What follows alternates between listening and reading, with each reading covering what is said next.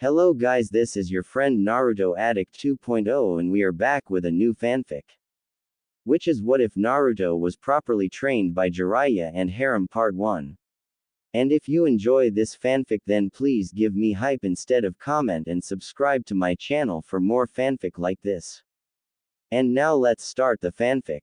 Walking down a dirt road leading out of the village hidden in the leaves, or Konohagakure, surrounded by the massive trees that help hide one of the 5 great hidden villages, we find our hero Naruto Uzumaki. He is a spiky blonde-haired boy with 3 whisker marks on each cheek, bronze-tanned skin, cerulean eyes, and is wearing an orange jumpsuit with a white collar, navy blue going along the shoulders and upper back, a red swirl circle in between his shoulder blades, a kunai holster on his right thigh, a beige weapons pouch on his right butt cheek, a forehead protector with a leaf symbol, which denotes his affiliation with Konohagakure, and black shinobi sandals. He's walking slightly behind his sensei, one of the 3 legendary Sannin Jiraiya, starting on his 2.5-year training trip.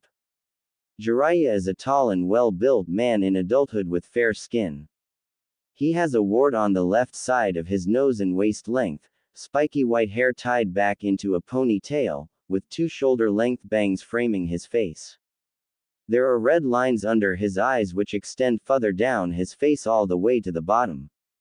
His attire consists of a green short shirt kimono and matching pants, under which he wears mesh armor that is visible at his wrists and ankles. He also wears hand guards, a black belt, traditional Japanese wooden sandals, and a red haori with 2 yellow circles on each side. He's carrying a large scroll on his back, and has a tattoo on his left palm, and wears a horned forehead protector with the kanji for oil, which denotes his affiliation with Mount Myoboku. This normally hyperactive 13-year-old shinobi is lost in thought, wondering how he'll get strong enough to bring back his friend Sasuke for the girl he loves, Sakura, all in the premise of keeping his promise of a lifetime to her. Sure, he has his own reasons for wanting to save Sasuke from becoming Orochimaru's next vessel. After all, he is the closest thing to a brother he's ever had, and that's not a bond he wants to lose. But even after fighting him with everything he had and more, with the help of the 9-tailed fox boosting his power exponentially, he still lost to Sasuke's superior powers and techniques. Not to say he wasn't as fast or strong as Sasuke, but he had more jutsu, superior skills with kunai and shuriken, and stronger taijutsu than he has. So he figured that meant he'd be working on all of those areas of a shinobi's skills and was now getting excited to get started, so asked Jiraiya, "Hey pervy sage, what awesome jutsu am I going to learn first?" Jiraiya responds with a little irritation at being referred to as pervy sage, "You won't be learning any new jutsu yet. We need to focus on bringing up your basic skills first. Then, and only then, can I start on actually teaching you jutsu." A despondent Naruto whines, "Oh come on, that's boring. I can't waste time on that weak crap. I need more jutsu and work on bettering my taijutsu." Jiraiya snaps back, "You can't learn any of those without a better base of skills to build off of." Naruto says, "What do you mean by that, pervy sage? Why can't you just teach me super cool badass jutsu?" Jiraiya, with a breath of frustration at Naruto's ignorance, answers, "Because without a strong enough base your body wouldn't be able to handle it. Think of trying to build a house on 2x4s held between 2 boulders. They'd snap at the weight of the building being built on top of them." Naruto responds with face and tone of understanding, and maybe a little fear, "Oh, so my body might break apart trying." Then with confidence and strength says, "I can take any pain or hardships if means I can save Sasuke."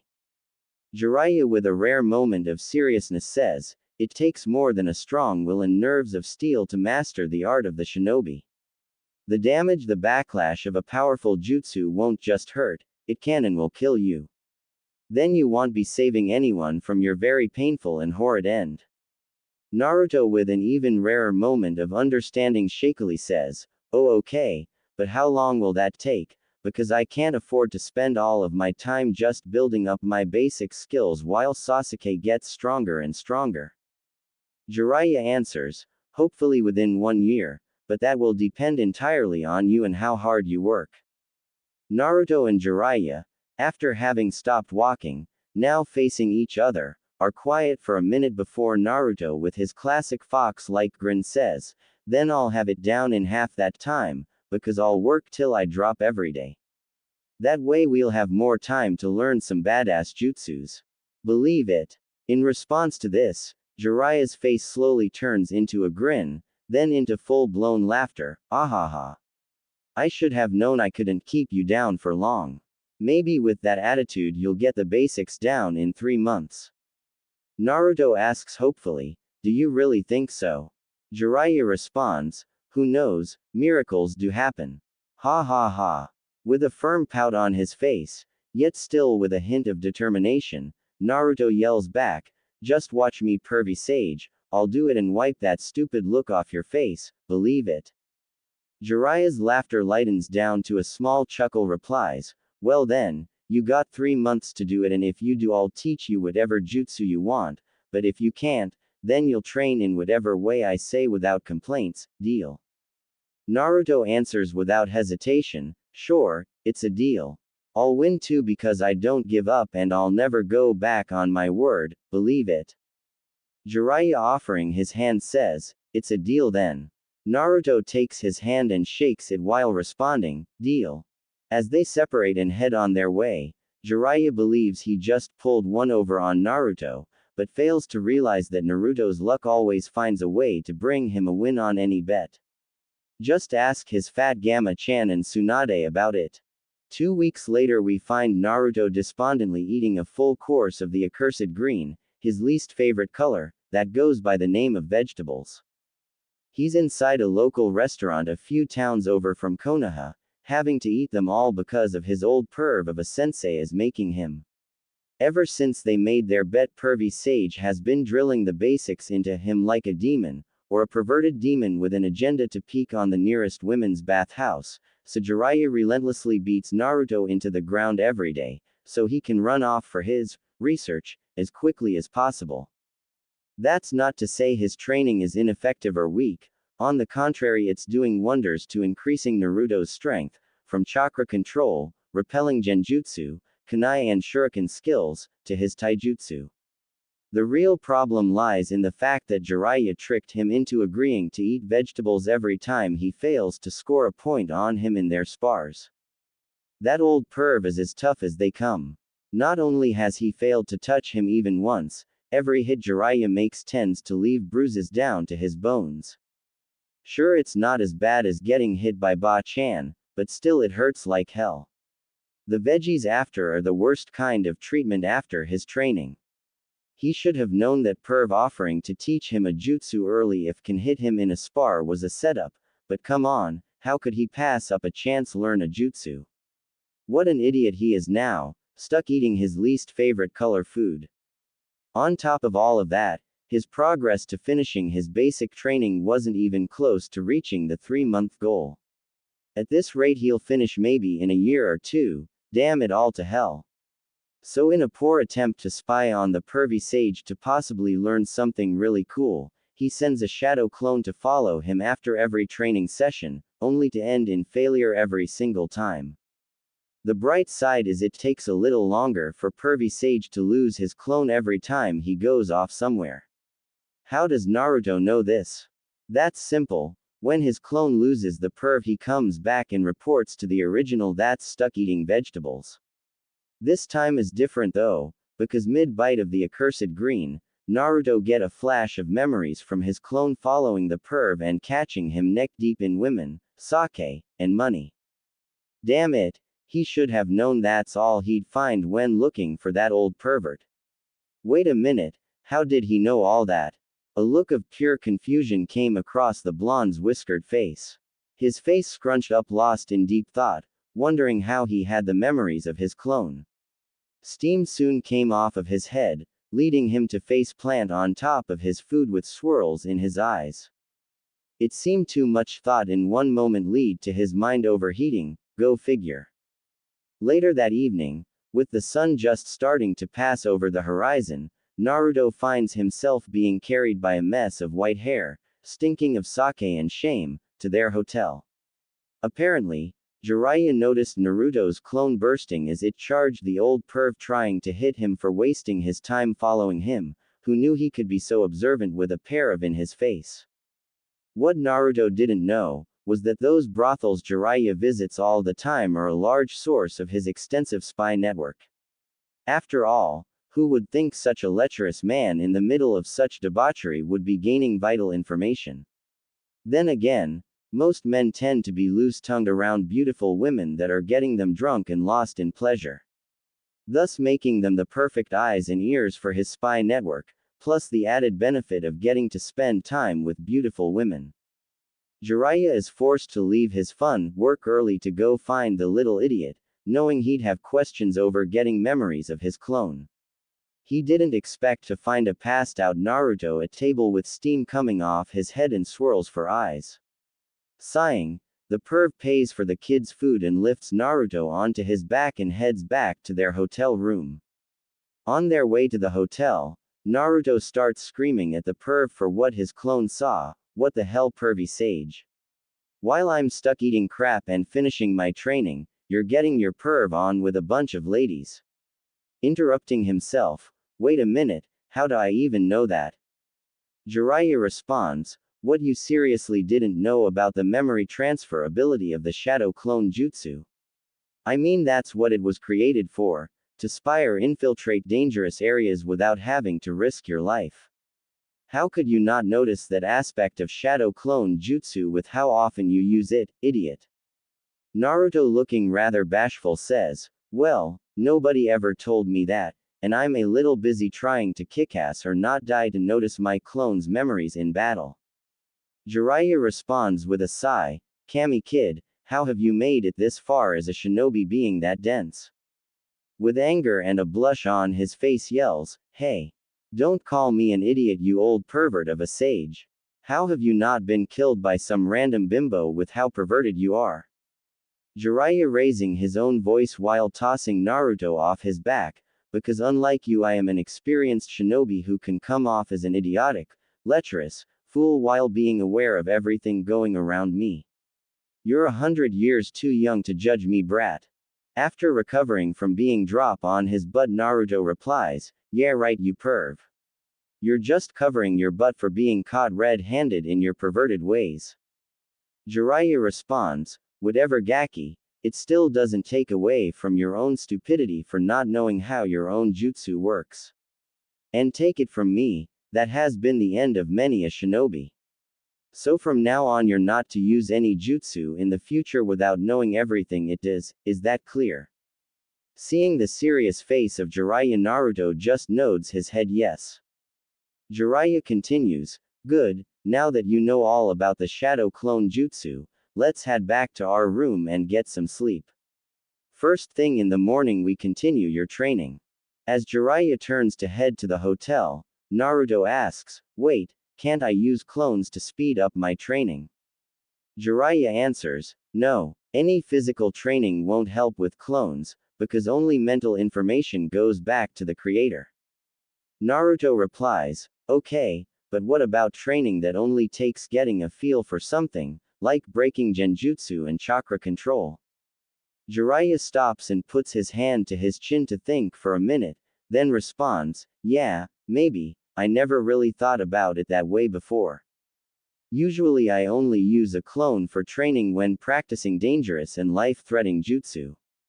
Maybe using clones will increase your experience with certain jutsu and practices, but things like increasing your speed, power, and stamina can't be helped other than being done by you directly. Hump, it's an original idea for sure, but then again you are known for doing things outside the box. Yeah, I mean, think of it. With 2 clones working on the same jutsu it'd cut the time to learn it in half. 3 clones a third as long. 4 clones a fourth, and so on and so forth. In theory you could gain years of experience in a week. At this point Jiraiya has a huge grin on his face, which only drops when Naruto says, yeah, with the number of clones I can make I'll win that bet for sure. Ha ha ha. The horror of that truth sends Jiraiya into a depression. Damn my loud mouth. Now he's going to demand an endless number of jutsus for me to teach him. I'm going to lose out on so much peaking I mean research for my books. Jiraiya thought with never-ending horror written across his face, followed by a river of anime tears. All the while Naruto is practically skipping with joy to the hotel with a foxy grin on his face and his arms behind his head. He's daydreaming of all the jutsus he'll soon be learning from pervy Sage. A month and 2 weeks later, an exhausted Naruto lays spread out in open field breathing hard, trying to catch his breath. Yet he has a large smile plastered across his face because he just finished all the basic training needed for him to win his bet with Perry Sage, just in time too. The shadow clone method of training that he and Jiraiya came up with was a lifesaver for sure. Without it he would have ended up spending most of his 2.5 years just working on increasing his basic abilities. Maybe with enough spare time learn one new jutsu. How lame would that be? The only downside to this training showed itself on the first day. After making 1,000 clones and dividing them up to work on everything, from breaking genjutsu exercises, chakra control, kunai and shuriken practice, and going over his existing jutsu to perfect them, while he focused on body conditioning and sparring with Perry Sage. He even got the perv to make him leg weights like Lee's, but with seals to slowly increase the weight, starting at a more bearable weight, then working up to what Lee's were at during the Chunin exams. After dispelling all of his clones that day he blacked out from the accumulated fatigue from the 1,000 clones. He woke up midday 2 days later. Jiraiya tried to talk him out of using the clones, saying it was too dangerous and that they just barely dodged a kunai this time. Naruto refused, saying that he was only saying that to win the bet, plus when he showed Pervy Sage the results the training method produced after a single use almost convinced him. Naruto could now break mid-level genjutsu, his chakra control is twice what it was, his aim with kunai and shuriken is vastly improved, and could now perform all of his jutsus in nearly half the time from before. So the pervy sage came to a compromise by having Naruto use only 500 shadow clones a day until he could better handle the strain. Naruto would still pass out after dispelling the clones, but would wake up in a few hours instead of a few days. Eventually, he got back up to 1,000 clones. Thanks to this training method, he was able to win his bet with Jiraiya and now could learn any jutsu he wanted from the perv. After all, his chakra control was almost perfect, he could break most genjutsu with the exception of master genjutsu users of course. His use of kunai and shuriken are perfect to the point that only someone like Tenten or someone with Sharingan could do better, and now he can do the Rasengan one-handed without the help of a shadow clone. On top of all of that, his body conditioning made him twice as strong, gave him larger amounts of stamina, and his speed is at Lee's level without his weights. He has now increased his leg weights and will keep going for as long as he possibly can. Now he is able to land a few points on Jiraiya in their sparring sessions too. With all of those results, Jiraiya had no other choice but to admit that Naruto had won their bet. With a little resignation and pride in his voice Jiraiya says, "Congratulations Gaki, you won the bet, even though it could be considered cheating using all of those clones to speed up your training, but then again, so can natural talent and the Sharingan, so whatever." Secretly Jiraiya knew that only Naruto with his massive amounts of chakra and stamina could use this method without killing himself, so it was very impressive all the same. Naruto, slightly perturbed and smug, replies, "Yeah, I know I'm awesome, and you're just upset you lost our bet and now have to pay up." Saying all of this while still unable to get up off the ground, but still with a big grin on his face. Jiraiya responds, "Yeah, while your accomplishments are impressive, you're still years away from besting me. Besides, we should at least wait to teach you all of those jutsu until you can stand Gaki." Naruto replies with a deadpan face, "You're just saying that so you can go peeking on women pervy sage. Though you still have a point in the fact that I'm still too tired to learn a jutsu right now, but I'll be ready to go in a few hours, so don't get your hopes up. Jiraiya sags a little bit, but snaps right back up to say, alright, we'll start up again in 4 hours, so go eat something with at least one vegetable in it, then shower and change your clothes in that time. Naruto replies, sure thing pervy sage, hopping off the ground and sprinting away, the thrill of learning a new jutsu overriding his exhaustion. Jiraiya can only sigh with a grin at Naruto's rambunctious energy as he begins his thoughts. Maybe it's time to try and loosen the seal of the nine-tailed fox. With the speed of Naruto's progress, he should be ready to handle more of the fox's chakra, even though this is a little earlier than I expected. I know Naruto is going to be upset that I won't be teaching him a jutsu, but I should be able to deflect that by telling him that having more access to the fox's chakra will enable him to do even more powerful jutsu, and we'll work on that once he gets control of the nine tails power. Jiraiya then begins the preparations needed to loosen the seal, so as to ensure the fox doesn't escape during the process, and wondering if he should loosen it a little bit more than planned. After all, Naruto's a lot stronger than he anticipated him to be at this stage of his training. What's the worst that can happen? He'll be there to tighten it back up if he needs to. Naruto is heading to the training site they've been using these past few weeks to meet up with Jiraiya. All in the effort to collect on his winnings by learning a new jutsu. The training grounds are mostly an open field with a river running through it and some large rocks spread about, with the whole area being surrounded by large trees, making it an ideal place to let loose some real badass jutsu. It's been 4 hours after having won the bet, now he's finally going to learn something totally awesome. Like an elemental jutsu that can vaporize a field in a single shot, or that neat hair mane lion something he's seen pervy sage use. Man, he can't wait, so he starts running full blast towards the training grounds. Once Naruto arrives at the training ground, with a trail of dust following behind him, he notices a toad with a really long scroll-like body standing next to Jiraiya. He wonders if he's going to learning some kind of summoning collaboration just like what Jiraiya does with the chief toad, so he asks, hey pervy sage, who's the scroll toad and what's he doing here? The toad answers before Jiraiya can, my name is Garotora and I expect you to show me some respect. This scroll happens to be the key to your seal given to me by the fourth Hokage himself brat. Somewhat bashfully Naruto responds, sorry, I didn't mean to be rude but I didn't know that. Besides, how is it disrespectful to just ask someone their name? That last part being said with anger. Garotora answers, because you were asking Jiraiya and ignoring me while also insulting my looks brat.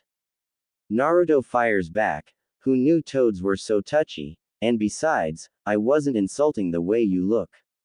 I was just calling it as I saw it, and by the way, you actually kind of look cool. I was hoping that I'd be learning some kind of cool collaboration jutsu. Garotora responds with a blush, oh thanks I guess. Unfortunately you won't be learning any jutsu from me.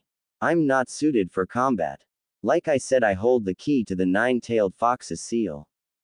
Naruto simply replies, oh no biggie, but why are you here then if you're not going to teach me a jutsu? And what does it have to do with the fox? At this point Jiraiya takes charge of the conversation. What he's here for is to loosen the nine-tails seal, so you can have access to more of the fox's chakra. Now before you get your panties in a bunch about not learning a jutsu, put in mind that with access to more of the fox's chakra not only will it increase all of your abilities from strength to speed, but it will also give you access to more chakra. Which means you'll be able to learn more powerful jutsu than otherwise without. Plus, whether you like it or not, you're going to have to learn to control the nine tails power sooner or later. The truth of the matter is that the seal gets weaker with every passing year. Eventually it will fail entirely, and if you're not ready the fox will escape, killing you in the process. At this point, Naruto's sweating with fear and loudly gulps, leaving him with the only option but to nod his head in understanding. Jiraiya didn't like being so blunt about Naruto's predicament, but he knows anything less than the brutal truth could lead to huge argument with Naruto over the bet. Kami, why did I ever agree to take any bet with Naruto of all people? He thought. Damn, I'm stupid. Unknown to everyone, this event will lead to both Jiraiya's and Naruto's life, along with the entire world of the shinobi, to change forever. As Jiraiya uses the key on the seal on Naruto's stomach, Naruto begins to feel a sudden surge of power flooding through his body, changing his appearance. His finger and toenails became elongated, along with his canines. His whisker marks became more prominent, his hair more wild and untamed. Naruto felt like things were going to get rough, making him glad he left his headband given to him by Iruka-sensei, and the necklace by Tsunade Ba-chan back in his room. He would never be able to replace such precious items, after all, they were given to him by the few precious people he has in his life. At this point Jiraiya backs off, having loosened the seal by nearly half, and looks to see Naruto being shrouded in red bubbling chakra filled with pure hatred and malice, but Naruto still seemed to be in control of himself, taking the shape of a fox with two tails. It wasn't until the appearance of the third tail that things started to get really going.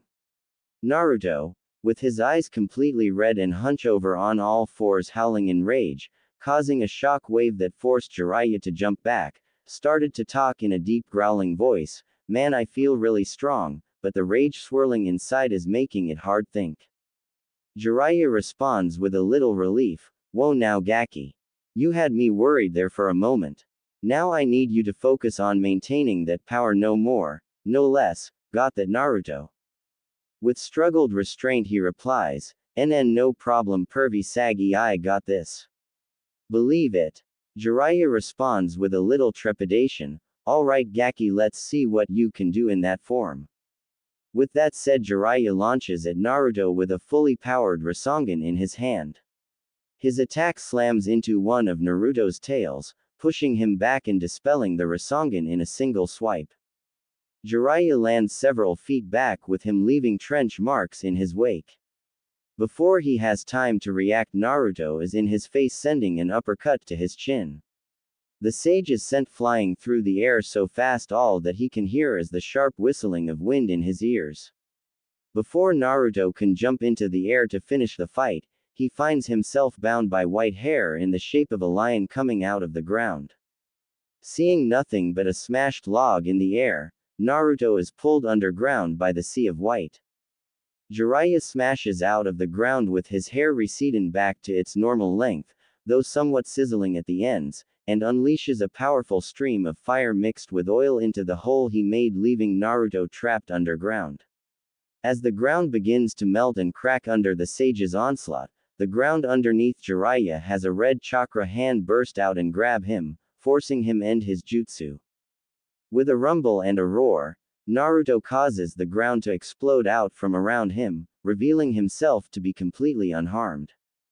Jiraiya would be impressed if it wasn't for the fact that the hand holding him was growing tighter by the second and the feel of his skin starting to burn from the contact of the Nine Tails chakra.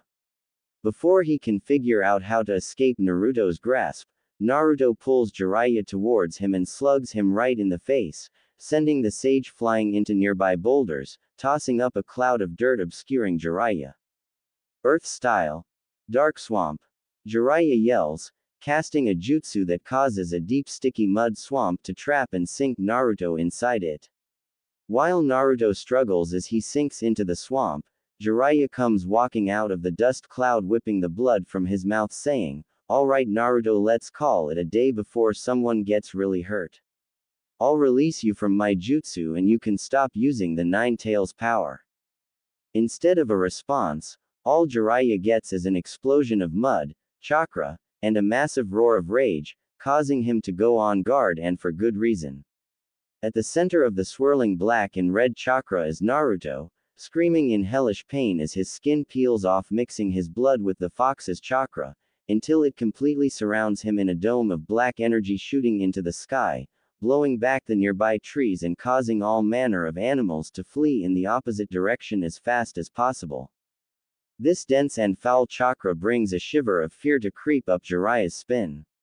It's been a very long time since Jiraiya last felt such a sensation, leaving him very worried, but not for himself, but for Naruto. He needs to reel in the Nine Tails power before it's too late. As the black dome recedes, Jiraiya sees a black miniaturized nine-tailed fox, just with only 4 tails, and pure white eyes looking at him, bringing back that sensation tenfold. Before Jiraiya can even think about what to do next, the black fox just appears out of nowhere, getting completely past his guard, slashes at him with his claws, cutting open his chest, spewing blood all over both him and the fox. The only bright side Jiraiya can take from this development is that the attack sent him flying backwards, away from Naruto, or at least what used to be Naruto. Staggering to his feet, holding the gaping wound across his chest, feeling the blood practically flood through his fingers, he gasps, not out of pain, but shock as 2 more tails start forming from the fox's rear, making a total of 6. Realizing that he's got no other option, Jiraiya's hands blur through a set of hand signs, slamming his blood-covered hand to the ground, yells out, summoning jutsu. Quote. Small black symbols spread out form under his hand, causing an explosion, covering the area in white smoke to reveal a massive purple toad with black markings surrounding his eyes, connecting to his eyebrows, and running down his chin, connecting under his mouth.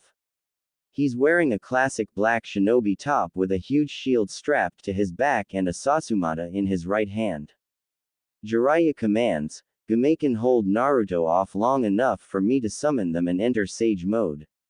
It's the only way I can think of sealing up the fox's power in my current condition. Gameiken replies in a deep voice, I shall try, for I am ungraceful. Then Jiraiya draws blood down from his eyes and across his cheeks to his ears, slams his hands together and starts gathering chakra, while Gameiken charges the 6-tailed fox Naruto that has just grown a fox skeleton on top of it. Gameiken brings down his Sasumata right on top of Naruto, breaking the ground around them and kicking up a small dust storm. When it clears up, Gameiken is shocked to see the boy-sized fox is simply holding the massive studded weapon with one hand with little effort on its part. Even more shocking, Naruto then lifts the weapon, along with the building-sized toad, and tosses them away like they were a mere pebble.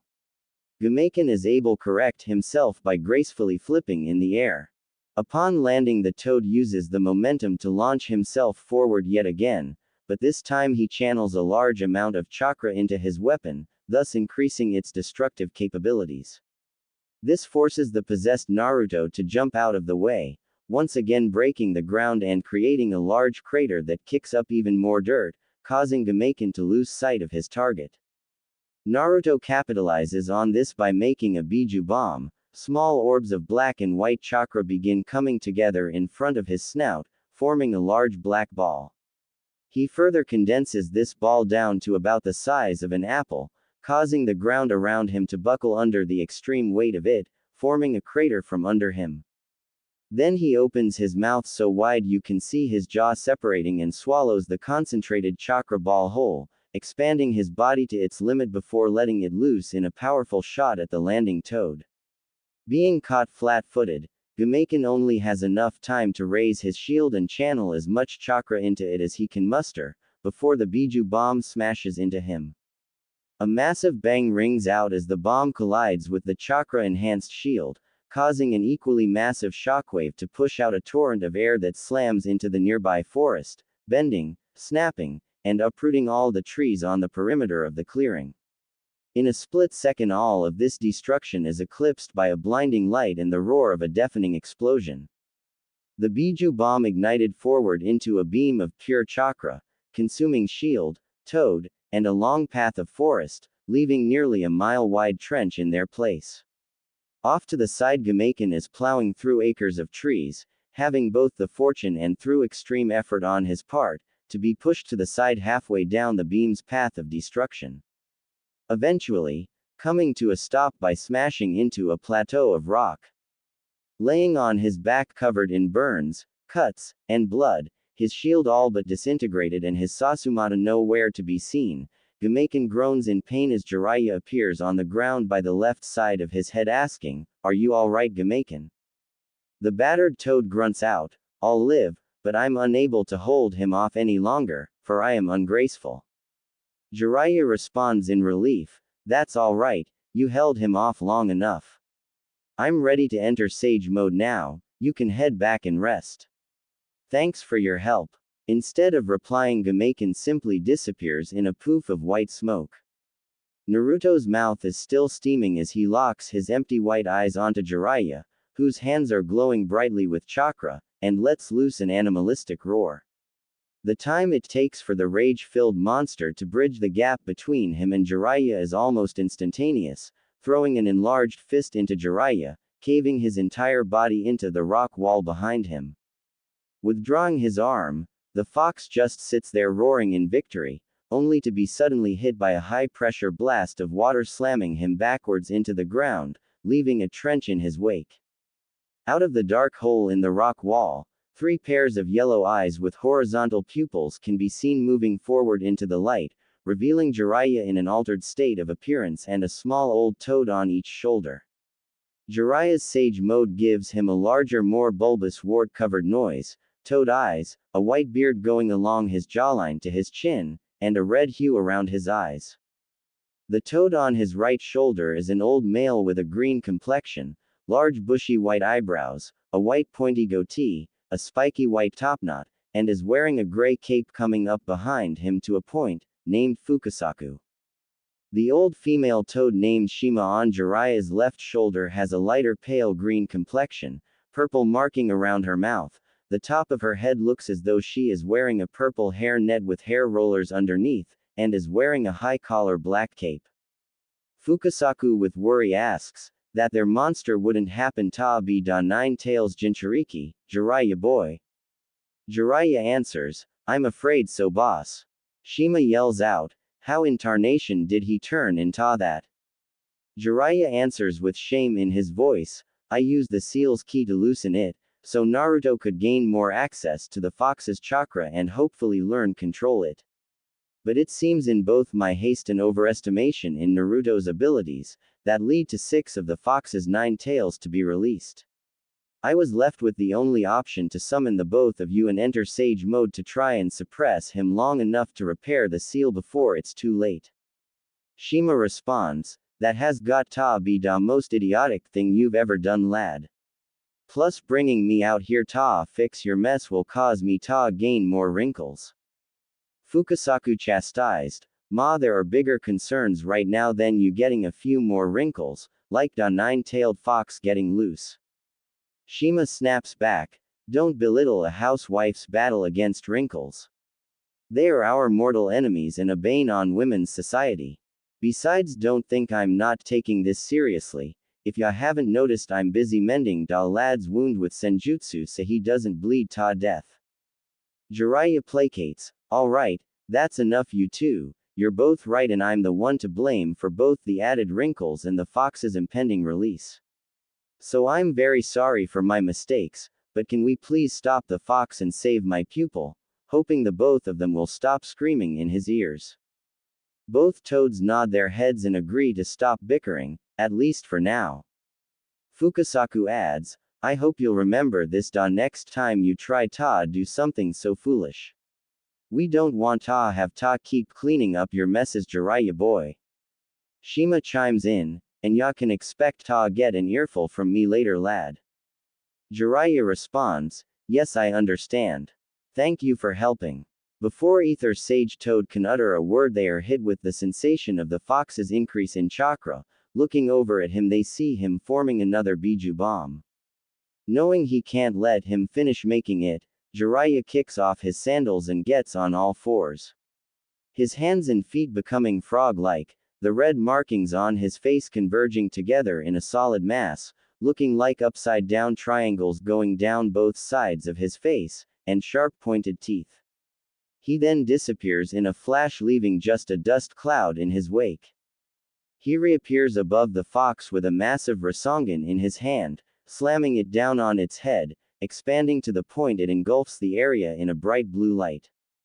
Jiraiya lands after jumping back, hearing Fukasaku yell out, "Boy, bring da oil, ma da fire, I'll bring da wind." All three of them release a torrent of wind, oil, and fire, combining them into a sea of boiling oil, rushing to the crater the fox lays in. As the sage art, sea of boiling oil hits its mark, kicking up a field of steam and filling the air with the noise of sizzling skin, Jiraiya jumps forward with the seal key appearing on his right arm to repair the seal before the fox has time to recover, but is suddenly knocked back by a huge surge of power. Sage mode Jiraiya is eclipsed by a massive shadow as large skinless clawed fox hands smash into ground, shaking the entire landscape, revealing a skinless eight-tailed fox the size of a mountain. It roars, sending Jiraiya flying into the rock wall behind him, coughing up blood as he slams into it. He recovers to look up in terror and stutters out, "Oh Kami. It's too late. What I have done." Naruto finds himself in his mindscape by the Nine Tails cage, his jacket and shirt torn open to reveal his torso. He's on his knees holding his head while the swirl pattern of his seal on his stomach is now a solid black and is pouring out into the water. The fox starts speaking in a dark, deep voice, "Yes, give in to the rage. Remember all the suffering your own people inflicted upon you. Let loose our power and show them your wrath." At these words Naruto's eyes turn entirely red and he starts walking over to the cage. "Good. Now remove the seal and set me free." The fox yells with a rare moment of glee in his voice and a classic sinister grin plastered across his face. Just as Naruto's hand is touching the slip of paper, with the kanji of seal on it that's holding the cage shut, a hand reaches out and grabs his arm, stopping him. "I wouldn't do that if was you." A claim and unfamiliar voice lets out. Being pushed back away from the seal, Naruto lands on his butt, the red leaving his eyes. He looks up to see a man with azure blue eyes and spiky yellow blonde hair with jaw-length bags framing either side of his face. Wearing a standard Konoha uniform with two bands on both of his sleeves, a green flak jacket, blue forehead protector, blue sandals, and a short-sleeved long white haori closed in the front by a thin orange rope and decorated by red flame-like motifs on the edges, with the kanji for "Fourth Hokage" written vertically down the back. He knows this man. After all, he's looked up at his face for the majority of his short 13 years of life. The man he has long dreamed of surpassing in the hopes of finally being respected by his village, and the man who has caused him the most pain in his life. Minato Namikaze, the fourth Hokage, the man who saved their village by sealing the nine-tailed fox inside him. Said fox roars, "You're being cut off by Naruto," as he stutters out, "You're the fourth Hokage. Aren't you supposed to be dead?" Chuckling, the dead Hokage answers while helping Naruto up, "Yes Naruto, I died the day I sealed the nine tails into you, but I stored some of my chakra and consciousness into the seal to appear in your psyche as a contingency for when the seal unraveled to the point you sprouted the eight tail. Truth be told, I was hoping that it would never get this far, especially this early in your life. I never wanted to see the nine tails again, but then again, I was looking forward to meeting my son as a young man." To this the nine tails roars out, "RRAW. Fourth Hokage. Come here. I'll rip you to shreds." He was so close to being free, yet again the fucking fourth Hokage has to show up and stop it. The Hokage calmly responds, "Not the best invitation, so no thanks." "Right, Naruto." Naruto simply responds, "How do you know my name?" "How? I'm the one who named you. You're my son after all." Minato answers incredulously. With a look of confusion Naruto utters, "Your son? I'm." The nine tails interrupts, "RAAAR. You heard me, you're my son, Naruto," ignoring the fox. Naruto's face shifts from confusion to joy with a small smile and tears forming in his eyes. Just as Naruto starts laughing, the fox interrupts yet again. "RAAAR. You, fourth." While pointing behind himself with his left thumb at the fox, Minato says, "Man, he's annoying. How about we continue this conversation somewhere quieter?" He then, with a snap of his fingers, transports them away to a place surrounded by white. "There, that's much better," the fourth Hokage said. As Naruto sobs softly and tries to rub the tears out of his eyes with his left forearm, Minato continues, Lord Third didn't tell you much of anything, did he? I guess Lord Hiruzen wanted to suppress as much information about the Nine Tails as possible. If people found out you were my son, you'd have been in danger. I'm so sorry, Naruto. Naruto's response is a fist to his father's stomach and starts yelling with tears streaming down his face, why would you ever put the Nine Tails inside your own son? How could you put me through all of that? I don't know if I'm happy or if I'm mad. While Naruto still sobs softly, his dad asks him with a fatherly face, Naruto, how old are you now? Rubbing tears from his eye, he answers, UNH. 13. Wow, already 13, huh? It must have been hard for you, Naruto. Forgive me. With a sad look on his face, Minato continues, though I suppose it's little consolation to you for me to put on a fatherly face and apologize now, after putting you through all that. Naruto raises his head sniffing, answers with a pout, it's all right, I'm the fourth's kid, I'll deal. This causes his father to put on a pained smile before answering Naruto's previously asked question, I sealed half of the nine-tailed fox's chakra inside you, because I trusted that you would master this power, because you are my son. There's a reason I went to the trouble, it's based on something I learned 13 years ago, when the Nine Tails attacked Konoha. Naruto asks, what? Minato answers, there was a mastermind behind the fox, who manipulated him, made him assault the village. Quite a formidable shinobi. Back then he saw right through all of my moves, he's no ordinary shinobi. Someone you need extraordinary strength to stand against and hope to have a chance of defeating. I believe he will attack our village again. Who is this guy? Naruto asks. I don't know who he is, but can you tell that he wore a mask with a hole over his right eye, which contains a Sharingan with time-space jutsu better than mine. I also believe he is the one leading the Akatsuki. Mostly because he told me himself that he would one day regain control of the Nine Tails right before he fled. So it can't be mere coincidence that a group of S-class Rouge shinobi would be hunting Biju like he is. Minato answered. Naruto with a look of shock and panic yells out, me. How am I supposed to stop someone who even you couldn't beat? I nearly got taken by this guy's lackeys. I'm not talented or smart like you. I couldn't even stop Sasuke from leaving the village. Yeah, I saw from inside your mind. His father adds. You watched. Naruto yells out in surprise. Minato answers, yes, I've seen your entire life, Naruto. And that's why I know you can do anything you put your mind to. You've repeatedly overcame the odds that were against you to achieve your dream. Which, if I remember right, it's to surpass all of the Hokage, including me. But more than any of that, I know you can do it because you're my son and I believe in you. He says that last part while putting his hand on Naruto's head affectionately. Naruto asks, unsure of himself, you do. Do you really think I can? Minato replies without hesitation, well, it is the duty of a parent to unconditionally believe in their child. That brings a large foxy grin to his face. Chuckling a bit, Naruto says, yeah, I guess I can do it, because I'm the son of the fourth Hokage, believe it. This makes Minato laugh out, ha ha ha ha, you sound just like your mother. That causes Naruto to realize he can find out who his mother is. Wait, who is my mom? He asks. His dad answers, your mother's name was Kushina Uzumaki, she was a strong-willed redhead, who talked with the same spirit you do. I wish I had more time to tell you about her, but my chakra's fading, so it's time for me to go. If you want to know more about your mother, ask Jiraiya-sensei. I will rebuild the seal for the last time. At this point Minato puts his right hand on Naruto's seal and with a twist of his hand, returns the seal back to normal.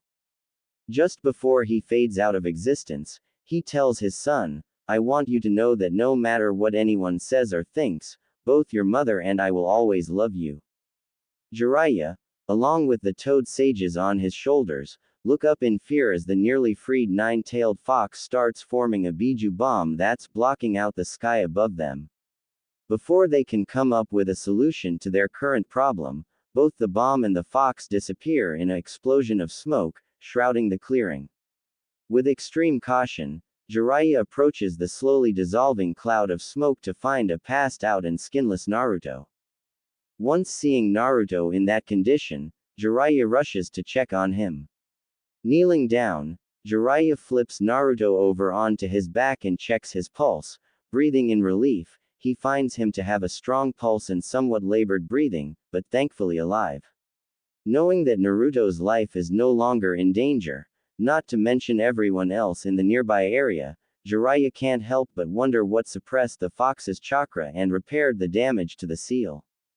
Voicing Jiraiya's thoughts, Shima says, "What in tarnation happened? How was Da Nine Tails sealed back up?" Fukasaku replies, "Maybe there was some type of failsafe implanted in the sealing formula to save Da Boy's life." Jiraiya adds, "Minato was known for being cautious and planning ahead to counteract any unforeseen events, plus there are still many unknown aspects of the Reaper Death Seal Minato used. Perhaps Naruto will be able to shed some light on what happened once he wakes up. Until then we can only speculate as to what happened, but for now we should focus on getting him treatment for his wounds."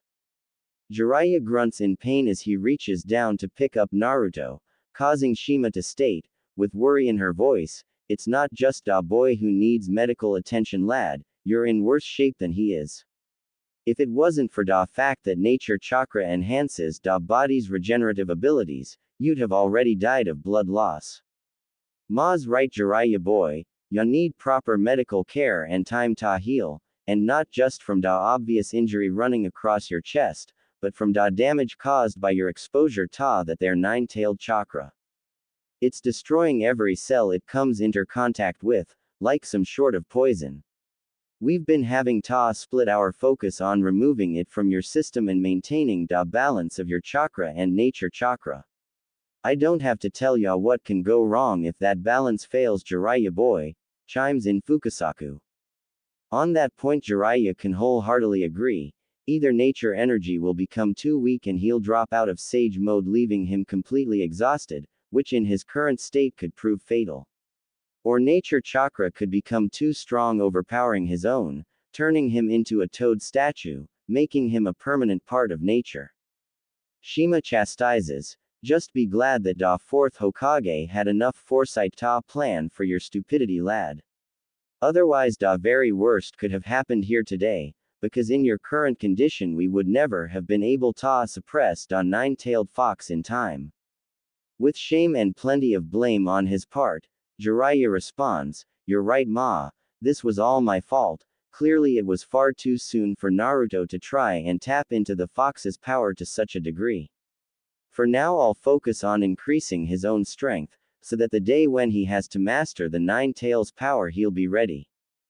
Good to hear, Jiraiya boy, but I recommend that the boy learns senjutsu before having to confront that there nine tails, and it'd be a few more years before I'd reckon his body be ready for da strain of senjutsu, replies Fukasaku.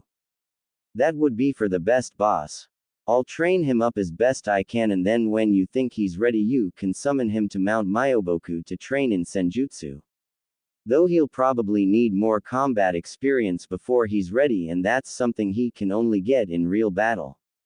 That's still a long ways off if you ask me," answers Jiraiya, while he picked Naruto off the ground and starts to head to the nearby town to get them both some much-needed medical attention. A few days have passed since the incident with Naruto's seal, finding both Jiraiya and Naruto heavily bandaged in Jiraiya's hospital room.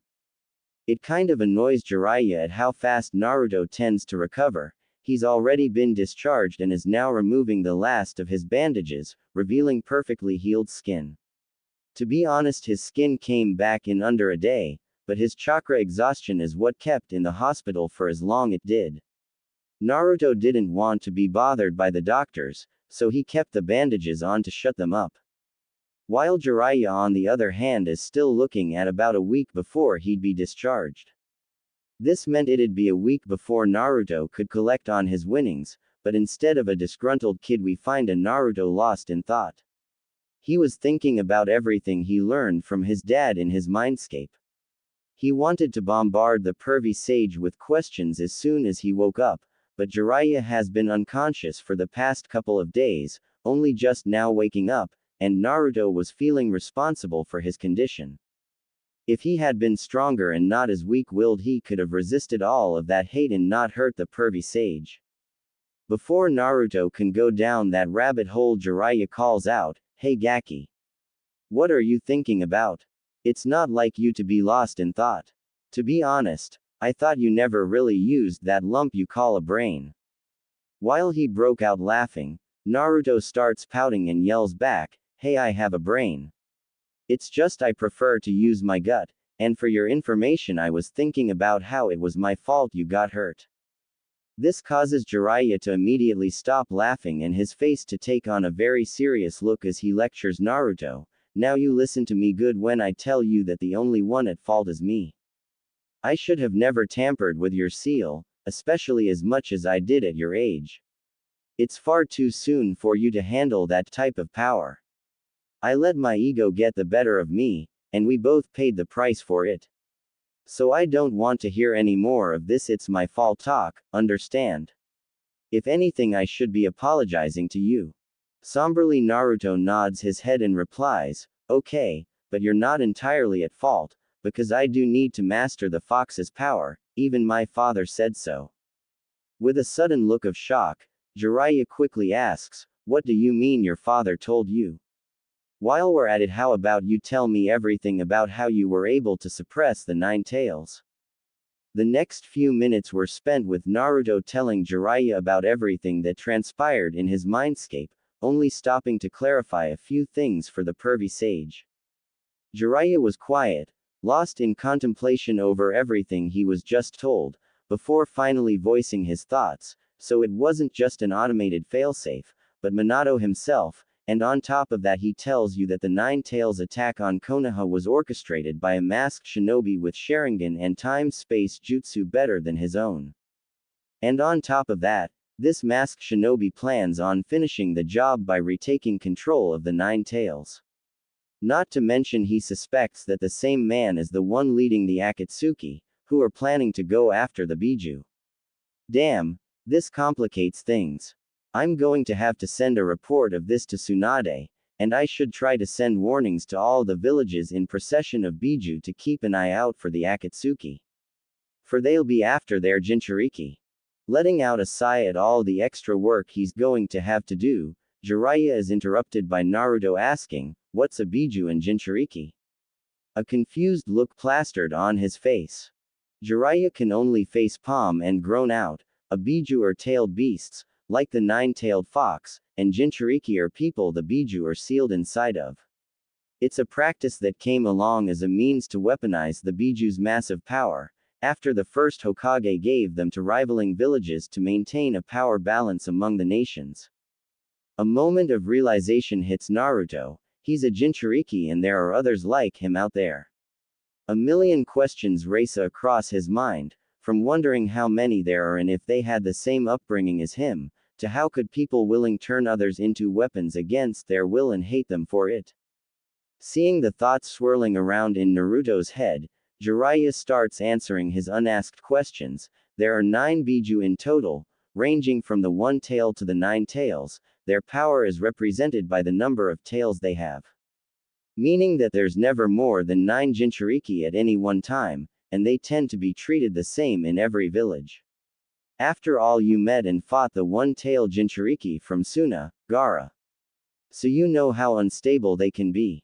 Though that's mostly from how horrible their childhoods are. Wait, Gaara's a Jinchuriki like me? Naruto yells out. Yes, he is, Gaki, so that makes him a target of the Akatsuki too, but don't worry, I'm already planning on warning Suna. Which should be the easiest of the villages to warn. Jiraiya answers. Now does that answer all of your questions?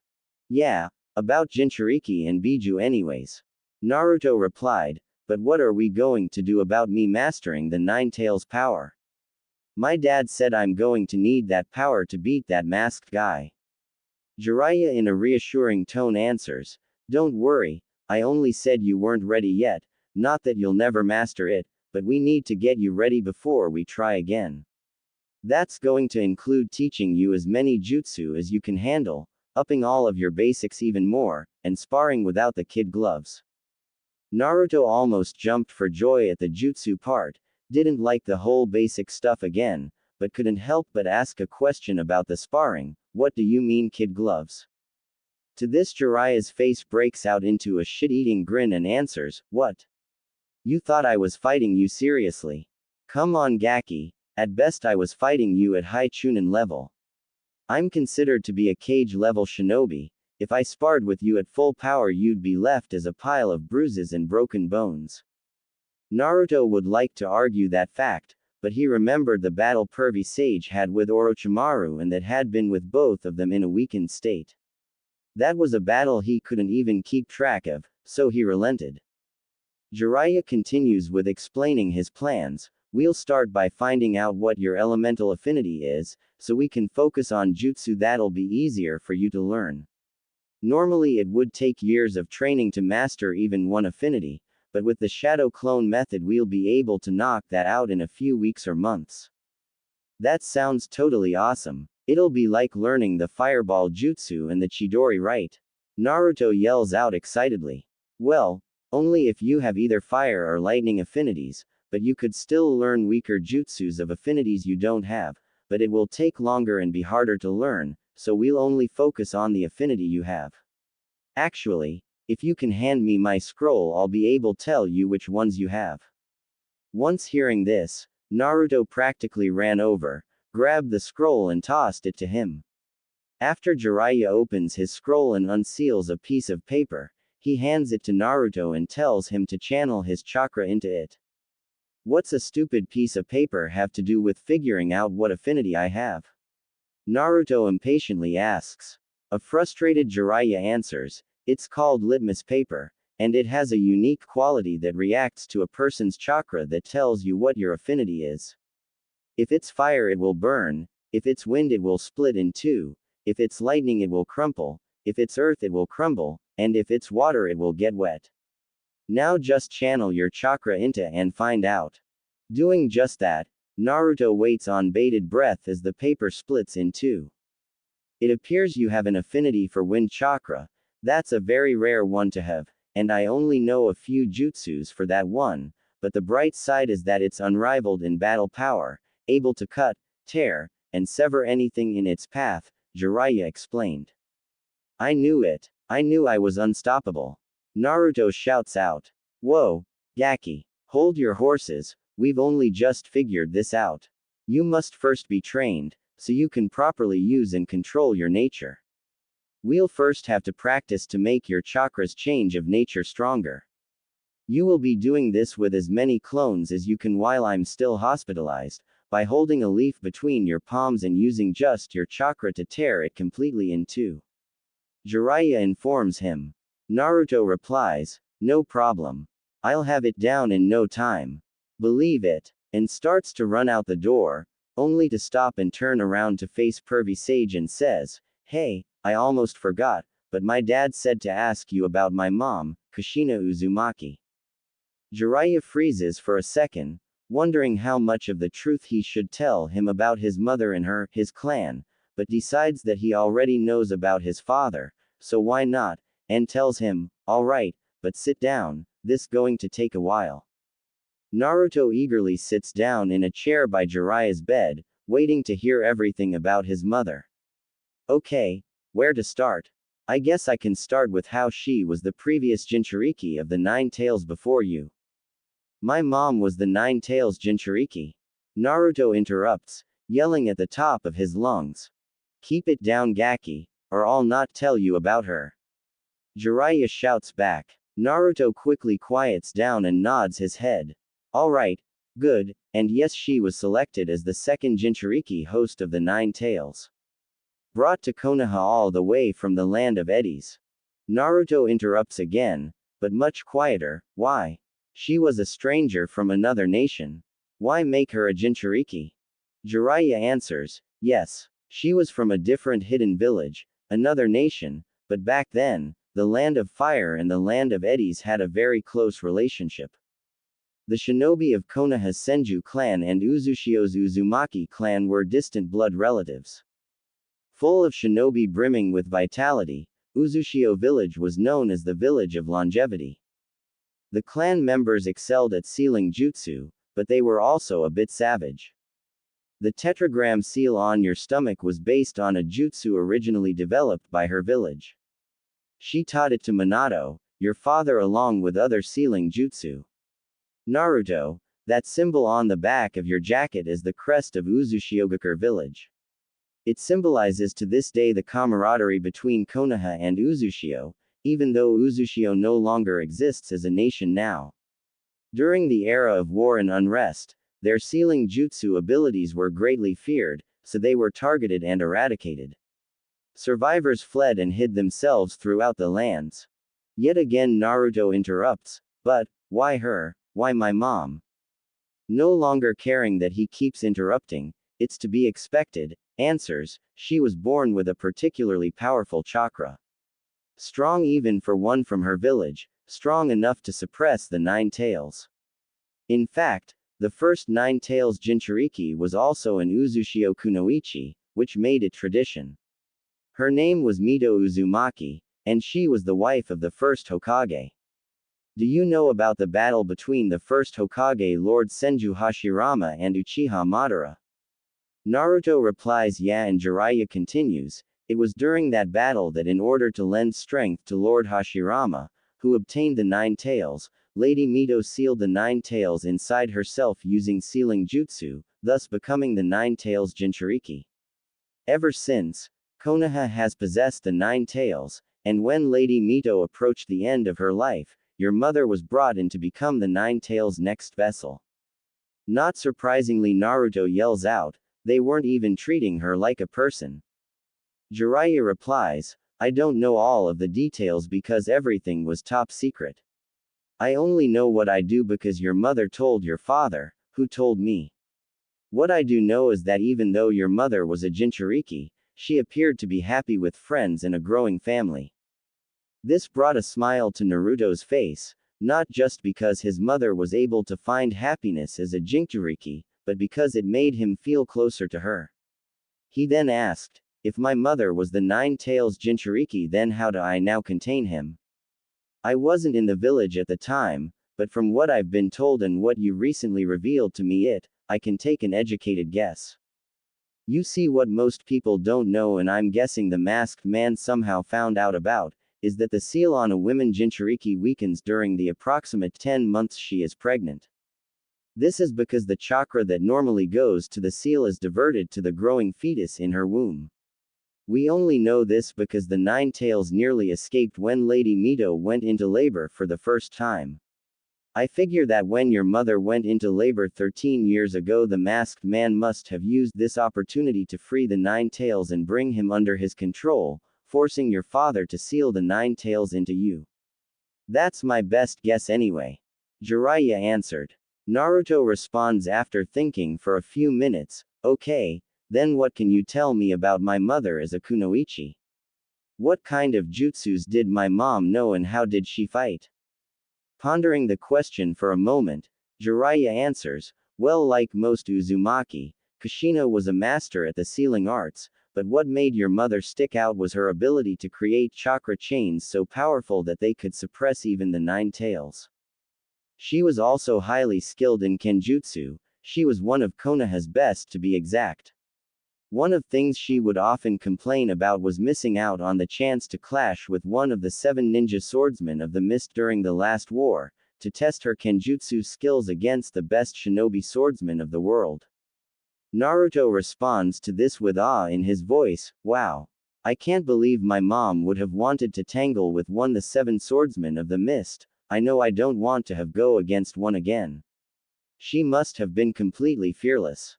Laughing a little bit, Jiraiya says, I wouldn't count that time where I saved your butt from Kisame Hoshigaki. You didn't really get the chance to fight him after all. Huh, that fish guy with Sasuke's brother was one of the 7 swordsmen. A confused Naruto asked. Yeah, Who else would I be talking about, Gaki? Jiraiya, the one confused this time, asked. Oh, I was thinking about my team's first C-rank mission to protect a bridge builder, but it turned out he lied about the kind of people that were trying to kill him, and we ended up fighting against Zabuza, the demon of the mist. Naruto answered. A very shocked Jiraiya demanded that Naruto tell him the story from the very beginning to the very end. After all, it wasn't every day a team of freshly graduated genin defeat the likes of Zabuza, Jonin-sensei or not. After about a half hour of hyperactive storytelling from Naruto, Jiraiya just sits there with his jaw wide open for few minutes, before practically yelling, "You seriously left the Kubikiribocho, a legendary weapon revered as a national treasure in Kurigakure, and is probably worth hundreds of millions on the black market, as a grave marker for Zabuza in Nami. I mean, I can expect that kind of idiocy from you, but not from Kakashi. I wouldn't be surprised if someone has already stolen it. Alright, the first thing we're doing once I get out of here, is to head to Nami and retrieve the Kubikiribocho, if it's still there, that is." Naruto quickly jumps up and yells back, "Hey! Don't yell at me. How was I supposed to know that sword was that important? And what do you mean we're going to Nami? You're supposed to train me, not run off trying to strike it, rich pervy sage." Jiraiya, in the blink of an eye, grabs Naruto by scruff of his jacket and pulls him up to his face and calmly says, with a deadly serious tone, "I'm not looking to strike it rich, Naruto. That blade is a very powerful weapon that any shinobi would give their left arm to have. Plus, I'm not stupid and you're very predictable. You're going to want to learn as many jutsus and techniques that your parents knew, so as to be closer to them. If that's really the case, then you can't do any better than one of the swords of the 7 ninja swordsmen of the mist. As for the training you part, I can do that on the way, and we can even train for a bit in Nami. Remember, I'm your sensei, and even if you don't understand my methods, you can be damn sure that what I'm doing for you is for your own good." Got that, Naruto? All Naruto could do was nod his head, for the pervy sage was right on all accounts. He wanted to learn sealing jutsu and kenjutsu like his mom, and the Hiraishin his father was famous for. Even if sounded stupid or seems impossible, he wants to use these jutsu to feel closer to the parents he never got have.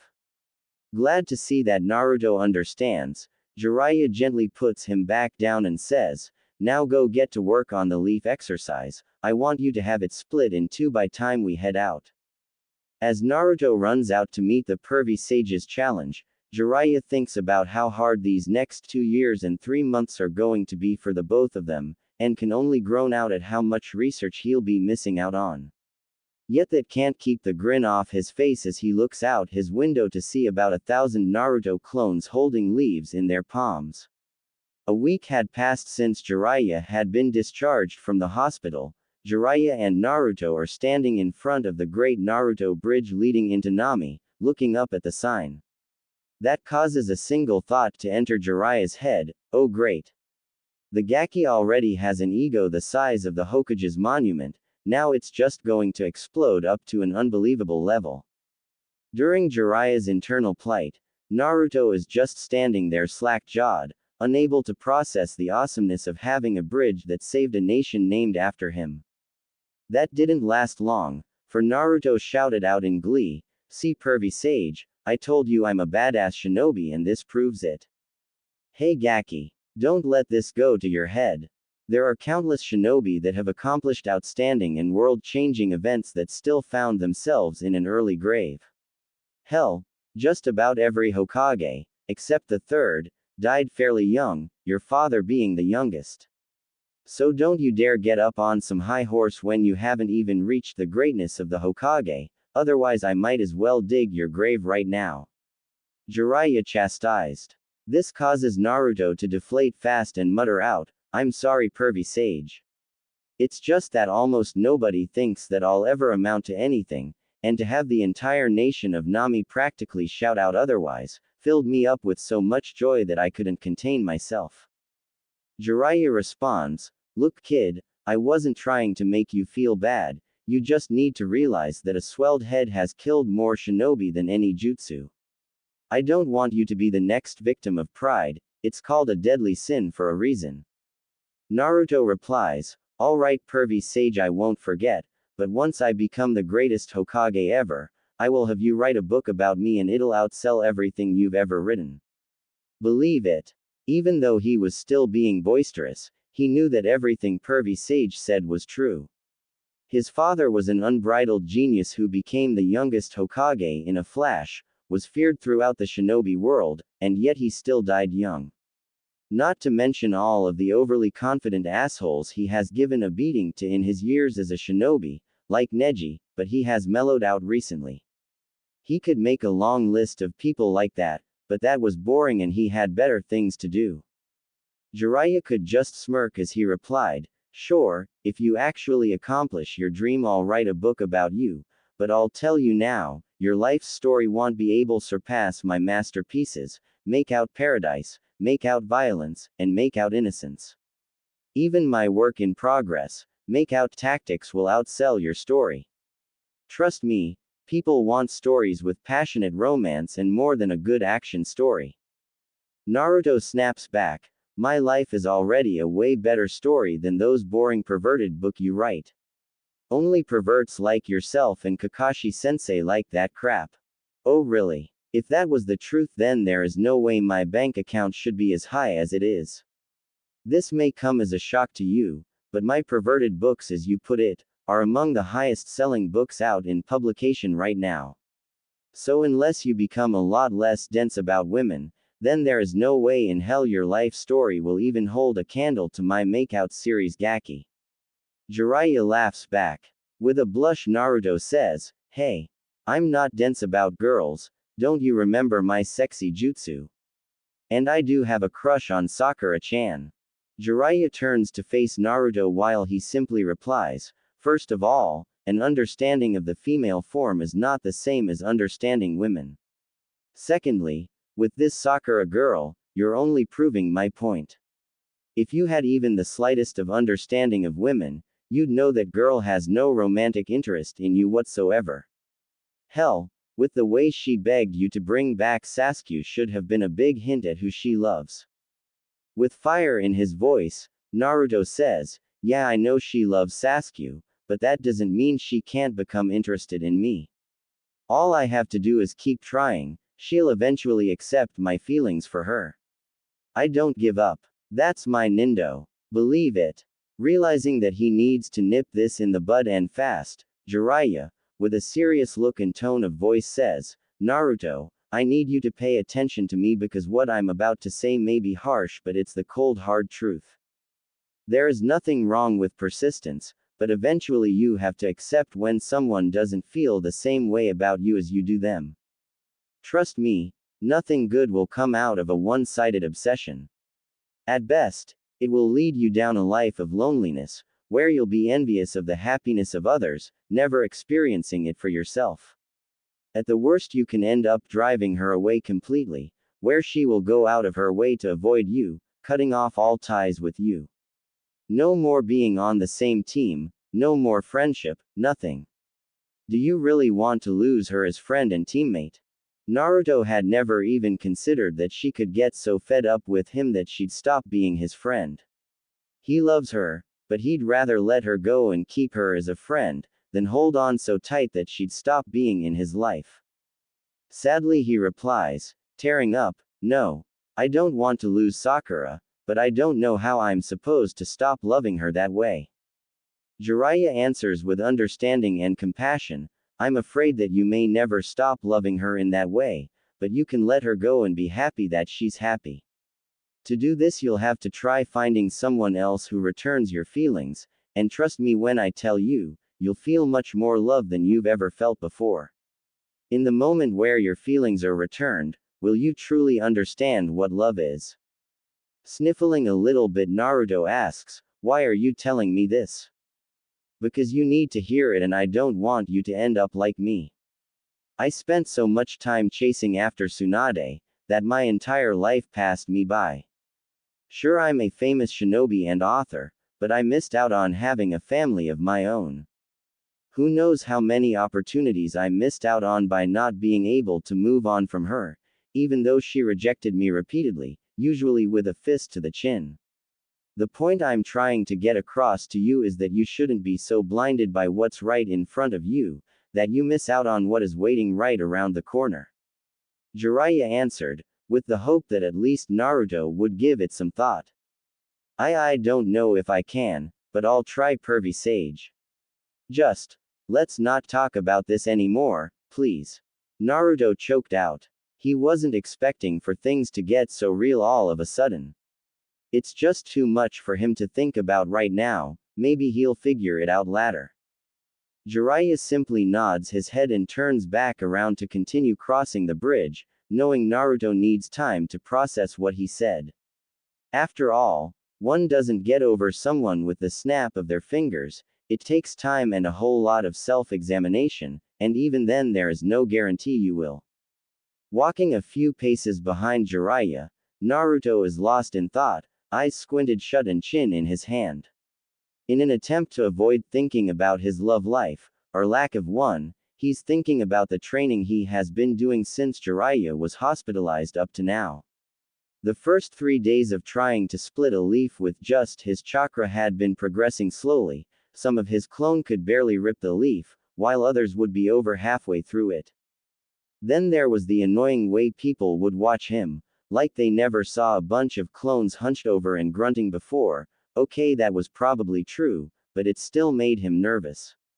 So he ended up having to find somewhere else to train, and it had nothing to do with nurses repeatedly asking if he had constipation. Anyways, fed up with not getting it, Naruto ran back to Pervy Sage to ask if he knew a trick to getting the feel for wind chakra. Seeing as Jiraiya didn't have an affinity for wind chakra, he couldn't help, but he did tell him that Asuma Sarutobi was the only one he knew that had it. Showing Naruto how to use messenger toads, he was able to get some advice from Asuma Sensei about how he needed to split his chakra and grind them against each other, like sharpening a blade. But that didn't come free, he was going to have to treat Asuma's team to a meal once he got back to the village. It didn't seem like a big deal to him, so naturally he agreed. He even added in, treating them to 1 meal for each wind jutsu scroll he could give him. That's how Naruto now had a scroll on how to channel wind chakra into weapons and release it to slash his enemies. A scroll on the wind style. Gale Wolf, it gathers wind into the shape of a wolf that tackles into a target, causing a condensed explosion of wind, cutting and tearing anything to pieces. Last, but not least, is the scroll on wind release. Wind Dragon, it releases a dragon made of wind that plows through anything in its path, slicing them up with wind blades. They were jutsu that he wouldn't be able to even attempt until he mastered using wind chakra, but he'd get there, and it only cost him treating Team Asuma to 4 meals, no biggie.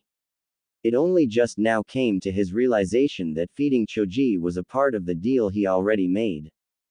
This causes Naruto to fall to his knees with anime tears pouring down his face and scream up into the sky while holding his toad-shaped wallet in his hands. Oh great Kami, what I have done.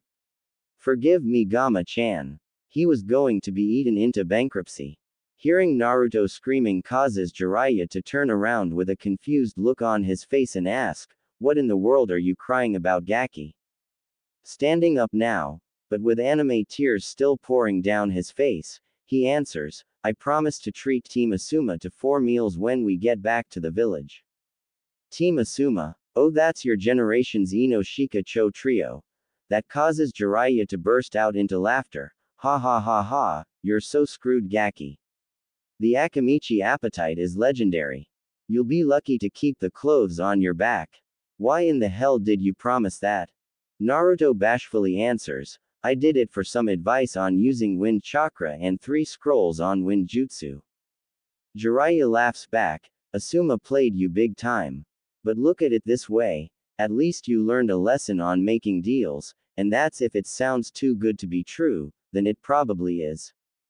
While Jiraiya continues on his way across the bridge, laughing loudly the whole way, Naruto just pouts, falling in behind him. Eventually Jiraiya's laughter dies down, allowing Naruto to return to his thoughts about his training. After getting what he thought was a good deal, Naruto was able to complete the leaf-splitting exercise by the fourth day. He went back to Pervy Sage for the next exercise to only be told to go back and try to split a tree with his wind chakra in a single burst. Normally he would have been told to split a waterfall, but there weren't any nearby. The pervert said it had to do with increasing the strength of his wind chakra's release, now that he got a feel for using it. So for the remaining 3 days of waiting for the Pervy Sage to be released from the hospital, he and more than 1,000 clones could be found in the nearby forest trying to cut down trees with just his chakra. He was just glad those trees weren't even half the size of the ones in Konoha. That would have taken him months even with clones to cut through one. By the time they left for Nami, one would find thousands upon thousands of trees cut in varying degrees of slash marks on them, but not a single cut down tree. That didn't mean he was done trying. All along the way he'd send 1,000 clone to find trees and continue, while he'd occasionally spar with Pervy Sage. When Jiraiya said no more kid gloves, he meant it. Naruto was sometimes beaten so bad that Jiraiya would have to carry his unconscious carcass for the rest of the day and he wouldn't wake until the next afternoon. 7 days of that while traveling nearly killed him, but at end of it, just before arriving at the Great Naruto Bridge, he was able to split a tree in a single burst of wind chakra, meaning he could start on learning wind jutsu. He was just starting to practice channeling wind chakra into his kunai, along with 1,000 clones of course, but Jiraiya made him stop as soon as the bridge became visible, saying it would upset the locals and that he could continue once they retrieved the Kubikiribocho. Once they made it across the bridge, Naruto is taken back at how good Nami looks compared to how it used to look. The difference is like night and day. Where there used to be rundown buildings and homeless people crowding the streets, there is now a bustling shopping district filled with patrons and happy children running around. Naruto is interrupted by his stupor by Jiraiya saying, "Alright Gaki, you can take in the sights later. Hurry up and take me to Zabua's grave, so we can get his sword and start your training in Kenjutsu." Geez Pervy Sage, I haven't been here in like 2 years and a lot has changed in that time, let me get my bearings, a perturbed Naruto replied. With a deadpan face Jiraiya asks, "Don't tell me you forgot where you buried their bodies." No, I just can't exactly remember where it is at the moment, give me a minute Pervy Sage. A dumbfounded Naruto answers lamely. That answer leads to Jiraiya to gain a few tick marks on his forehead, while he menacingly advances forward, cracking his knuckles, overshadowing him. "Here let me help jog your memory," Jiraiya heatedly stated. After a few knocks to his head and several pain-filled screams later, Naruto was able to remember in keen detail where Zabuza and Haku are buried. Unfortunately, the Kubikiribocho was already gone without a trace, leaving Naruto sweating bullets as Jiraiya had a look that could kill, but not the fast drop-dead kind, no, the slowly torment you to death kind. Fortunately for Naruto, Jiraiya was a level-headed person, well whenever it didn't involve beautiful women that is, and was already heading back to town to dig up whatever information they could about Zabuza's blade. As it turned out, there was a rumor saying that the one who knows the location of Zabuza's blade is Tazuna. With that in mind, Naruto leads Pervy Sage to Tazuna's house by leaping through the trees at full speed. Dusk was approaching and they needed to hurry if they wanted to get there before nightfall, plus he's rather excited to see the old drunker and his family again after all this time. On the way there Naruto spots 2 trees with slash marks going all the way up them. He can't help but remember the heated struggle he went through to catch up to Sasuke in the tree climbing exercise. Just like then, Naruto finds himself struggling to catch up with Sasuke, but also like then, he'll catch up. Then he'll bring him home. He's brought out of his thoughts when he sees Tazuna showing Inari how to properly cut a piece of lumber to size. Landing a few feet in front of them, Naruto yells out, "Hey old man, Inari, how are you guys doing?" Looking up at the ever-familiar loud mouth, to see Naruto approaching them with a huge grin on his face, Tazuna, with a grin appearing on his face, replies, "If it isn't my favorite pipsqueak. It's good to see you." Tazuna is a gray-haired, bespectacled man with a large beard and dark eyes, wearing a sleeveless V-neck shirt with an obi, pants, a pair of sandals, and is carrying a towel around his neck. Inari's face breaks out into equally large grin before yelling out at the same time as his grandfather, "Hey Naruto. What's up?" He's a kid with spiky black hair and dark-colored eyes, and apparently he's taken up wearing the same clothes as Tazuna. Naruto scowls at the pipsqueak remark. He's still a little sensitive about his height, before yelling back, "Yeah, it's good to see you too, you old drunk." Inari, man, what have you grown a foot? And now dressing like your gramps. I think I'm offended to not seeing you wear at least a little of my hero orange. This time it's Tazuna's turn to scowl. He doesn't drink as much as he used to. Things are much better now and work is pouring in faster than he can handle.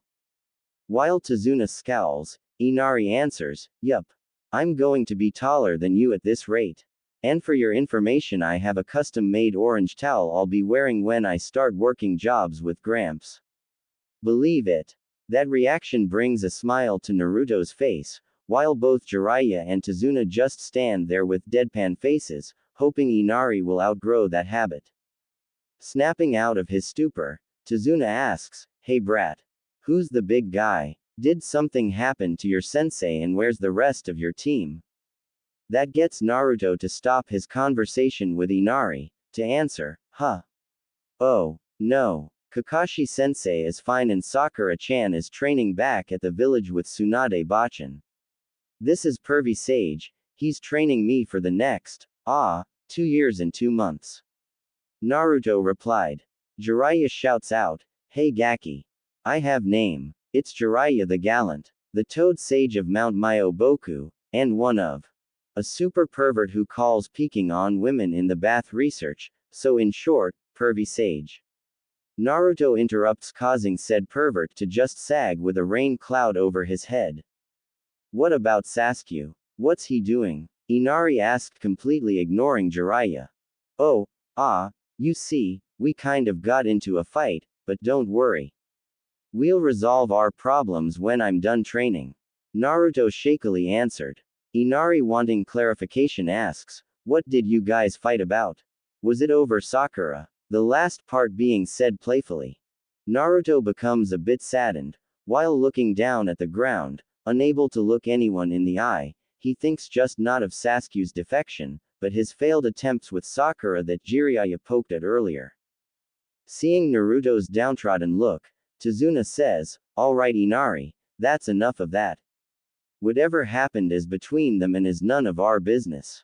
Come on Naruto and pervert, let's go inside and talk about what brings you here." Inari just took the hint and silently followed his grandfather back to their house, with Naruto doing the same. Only Jiraiya was dragging his heels, slightly muttering to himself how no one shows him any respect. After heading inside, they are greeted by Tazuna's daughter, a long blue-haired beauty wearing a short-sleeved pink shirt with the end of the sleeves and collar being red, and a long blue skirt, named Tsunami, who invites Naruto and Jiraiya to join them for their meal. Natural they both agree, but for different reasons. Naruto is simply hungry and is looking forward to a home-cooked meal, while Jiraiya is more interested in perving out on Tsunami and getting the location on the Kubikiribocho. Sitting around a table in their dining area, that's in complete view of a modest kitchen, Jiraiya, Naruto and Tazuna get down to business, while Tsunami has Inari help her bring the food to the table. "Alright, we were told that you would know the location of Zabuza's sword, mind filling us in? Or was that all just a rumor and we're wasting our time here?" asked Jiraiya.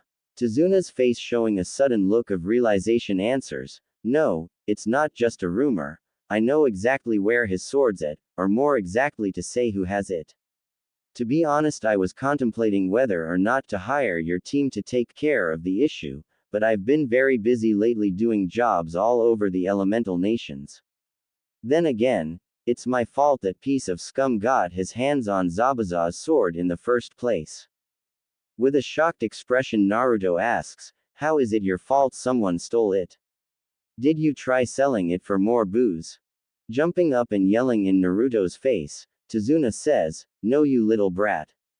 I didn't try selling it for booze, you imbecile.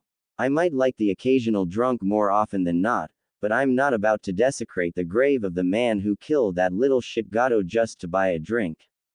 A bashful Naruto says, "Sorry, I didn't mean to insult you. I just don't know how it's your fault." Then jumping up himself adds, "Hey. Don't call me stupid, you old fart," only then just realizing what imbecile means.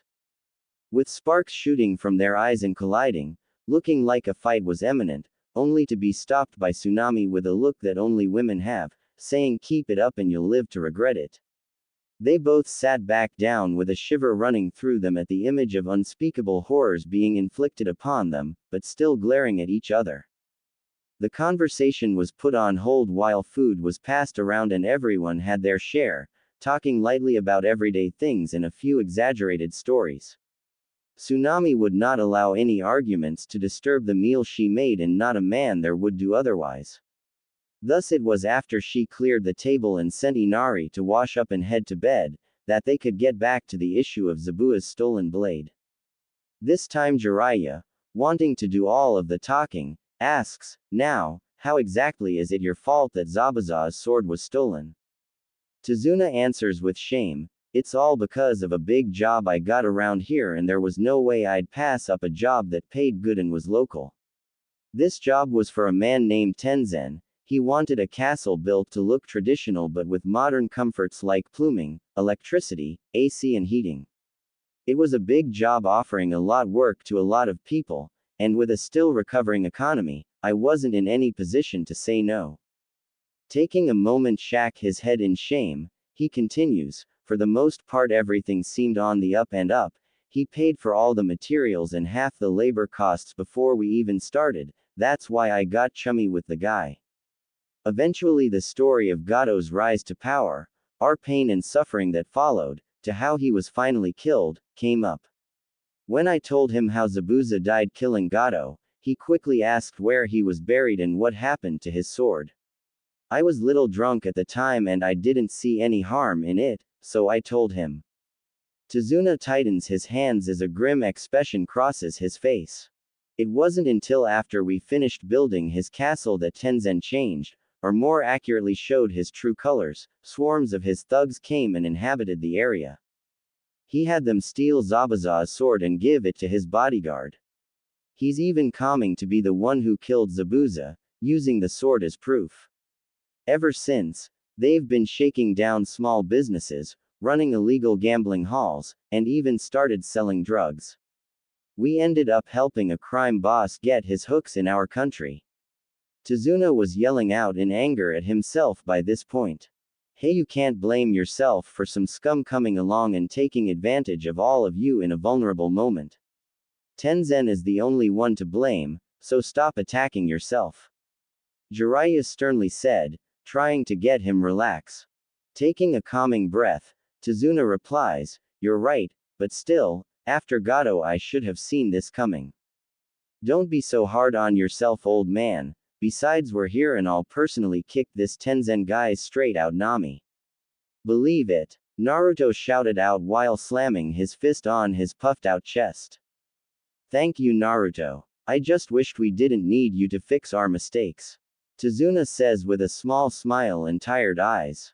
Tenzin has kept him worried for a while now, but his crimes are small at the moment and are only affecting a few small towns, so getting the majority of the people to take action is difficult, not to mention Tenzin bribes local officials to turn a blind eye.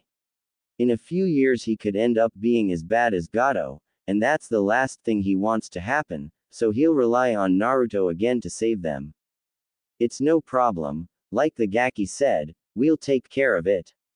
Besides we'll have to take care of this Tenzin guy to get back the Kubikiribocho, so just consider our helping you as a coincidence," Jiraiya stated, then asks, "Can you show us on a map exactly where his castle is and perhaps its layout?"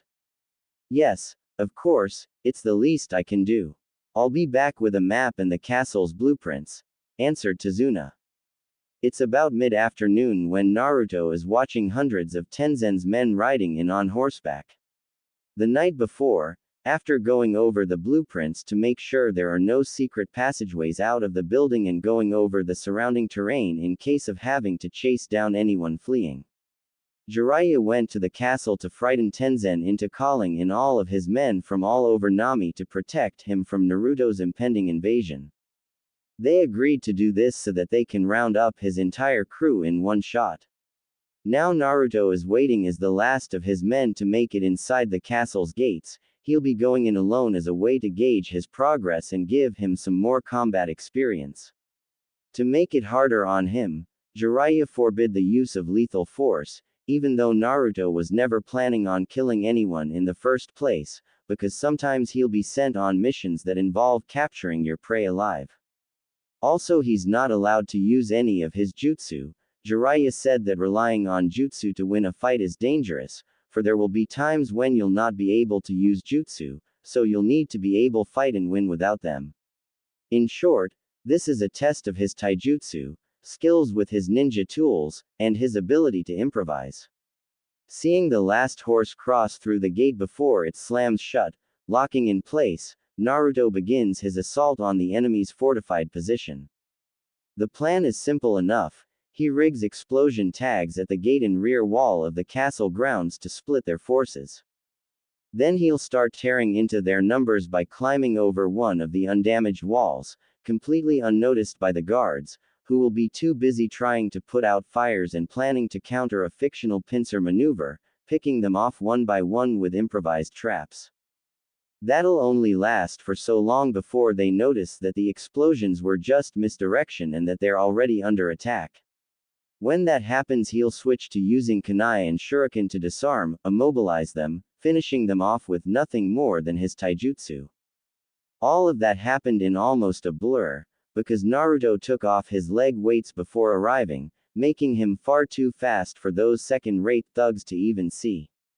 Things would have been very different if there had been even one shinobi amongst them, but Tenzin didn't spring for any idiot. Disappearing and reappearing, Naruto took them all out one by one, not even getting a scratch in the process. After all, compared to his spars with pervy Sage, they might have well been standing still. Throughout the compound, screams of pain and fear can be heard, followed by an orange blur moving about with no resistance, dropping smoke bombs everywhere, removing all visibility that actually causes some of them to take out each other. By the time the smoke cleared, it had become silent and all of Tenzin's men could be found spread out in various states of unconsciousness, battered black and blue, riddled with kunai or shuriken, tied upside down hanging from trees in the castle, all alive but in a lot of pain. Standing in the middle of the carnage is Naruto, completely unharmed, not even breathing hard. To be honest, he could have beaten this lot back before the Chunin exams.